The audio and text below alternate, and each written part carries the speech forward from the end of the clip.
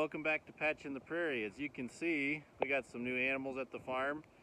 We've had them for about 30 days, so they've been in a health quarantine, and so now it's time to trim some feet and ear tag them before we mix them in with the sheep.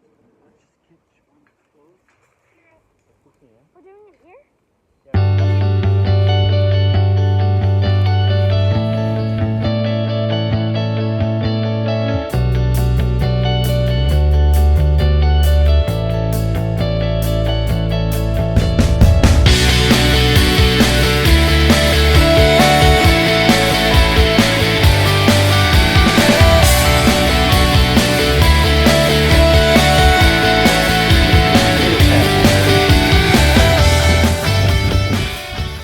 Got those little ears.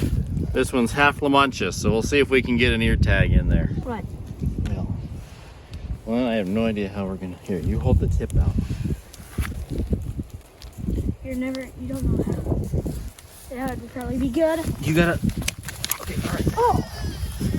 All right, they got it.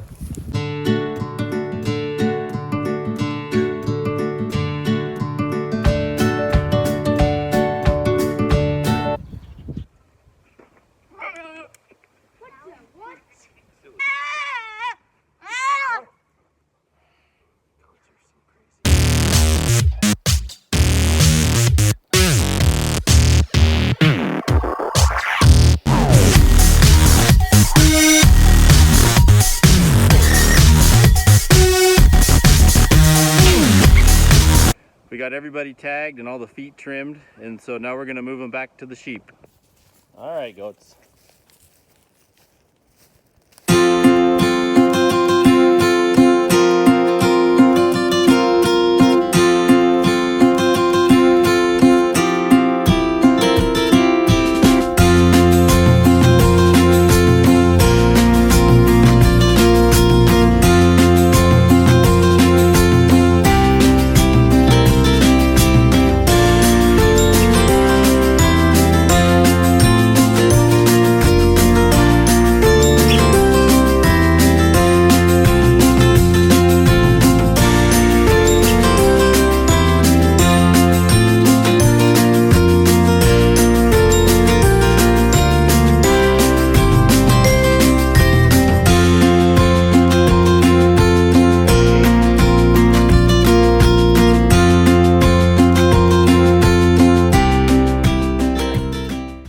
They're a little excited.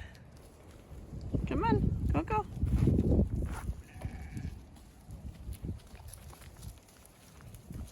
So these goats are supposed to start kidding about 2 weeks after our lambing season begins. So that was part of the reason we got them, is it lines up pretty well with our management system that we've been using, and we're hoping that we can use goats as a good land management tool to help control thistles, and we do have some cedars, which are an invasive species that goats will eat.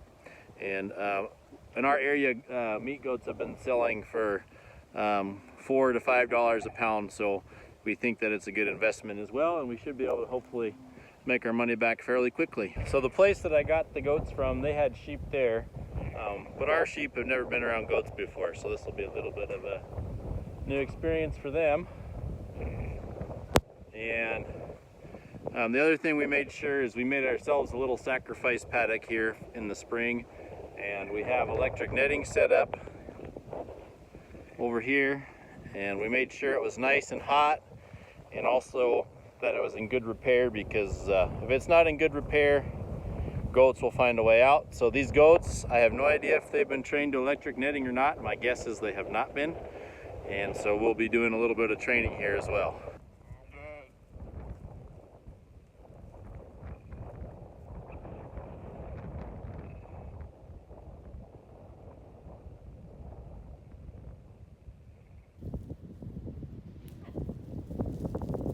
Well, there's lesson number 1.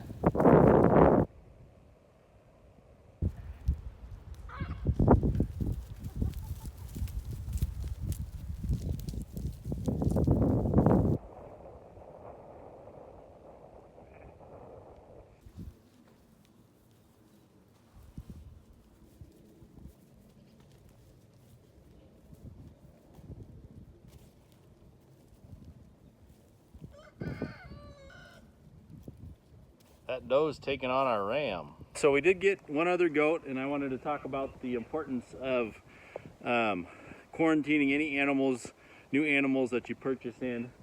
And so that goat there, she was positive for CL, which is an infection of the lymphatic system, and she had an abscess, which you can see the residual leftover part that's healed up. And so animals with CL are only contagious when that abscess is actually discharging and the pus is coming out.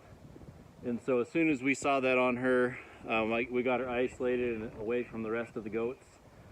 And after a lot of reading online and talking to our local vet, we're definitely going to just sell her.